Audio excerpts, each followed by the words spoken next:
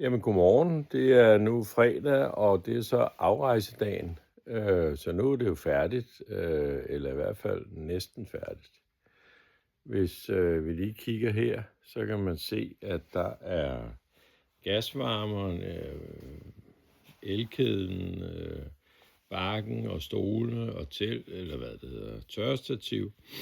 Der er vores badeponchoer, som vi selv forhandler, og luftmadrasser og soveposer, og ja, så er der køleskabet, så er der vanddunke og bruseren og håndvasken, så er der stigen for at komme op på traileren, og herover der er vores cykler, vi jo også skal have med, og så er der ikke mindst vores store marinebatterier, som vi har lånt af Michael Birk, som var at hjælpe med at lave på traileren i går. Så ja, vi er faktisk talt noget et stykke hen ad vejen.